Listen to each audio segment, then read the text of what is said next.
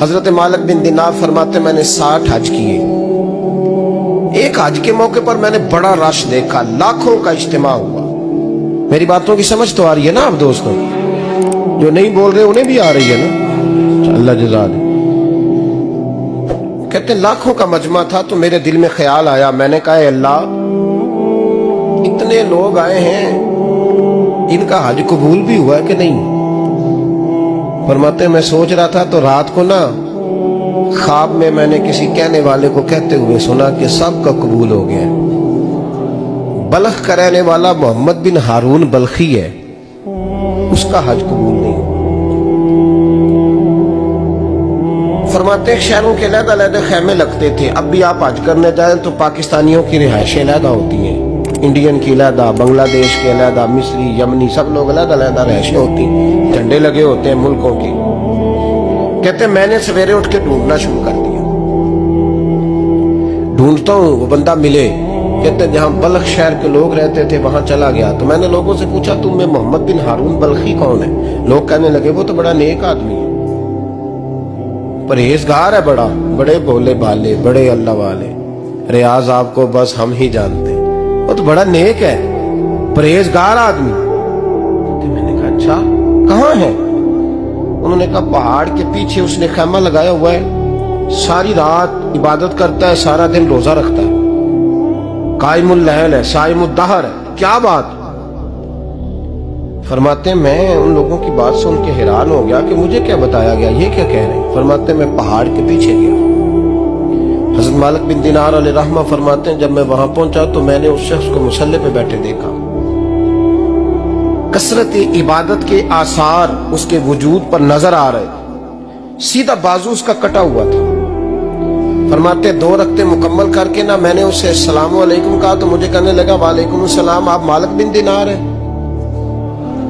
میں نے کہا بڑی اس کی فراست ہے. فرماتے پھر اس نے ٹھنڈی سانس لی, کہنے لگا آپ کو خواب آئی ہوگی کہ میرا حج قبول نہیں. فرماتے مجھ پر اور بجلی گری کہ کیا کہہ رہا. فرماتے میں نے کہا یار لوگ بھی تیری تعریف کر رہے ہیں اور تیری بصیرت بھی بڑی ہے, تو یہ ماجرا کیا ہے؟ کہنے لگا آپ نہ پوچھیں. یہ کہہ کے اس نے رونا شروع کیا, دیر تک روتا رہا.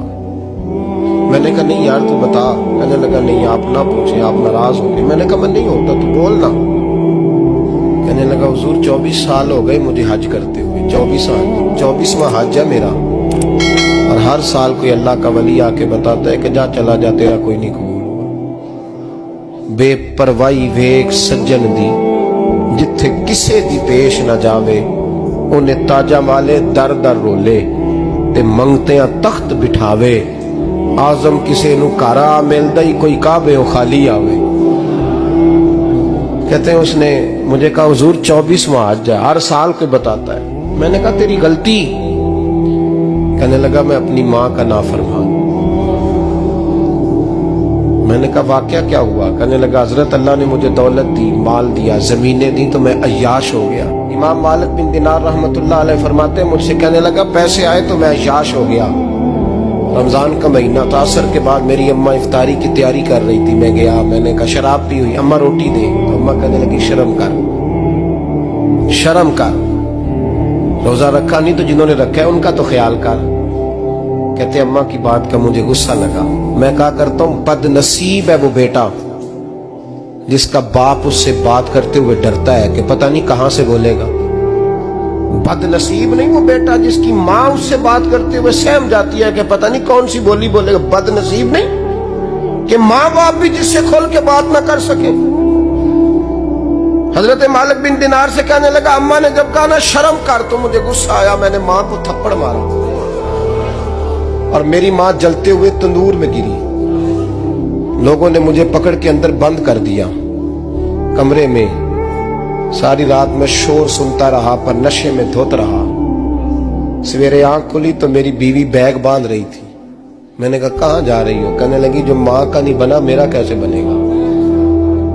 میں نے کہا میری اماں کا وہ تو لوگوں نے رات کو ہی دفن کر دی جنازہ پڑھ کے. تڑپ کے کہنے لگا مجھے کیوں نہیں بتایا؟ تو کہتے ہیں لوگ کہنے لگے تیری مرتی ہوئی ماں کہہ گئی تھی اسے میرا منہ نہ دیکھنے دینا.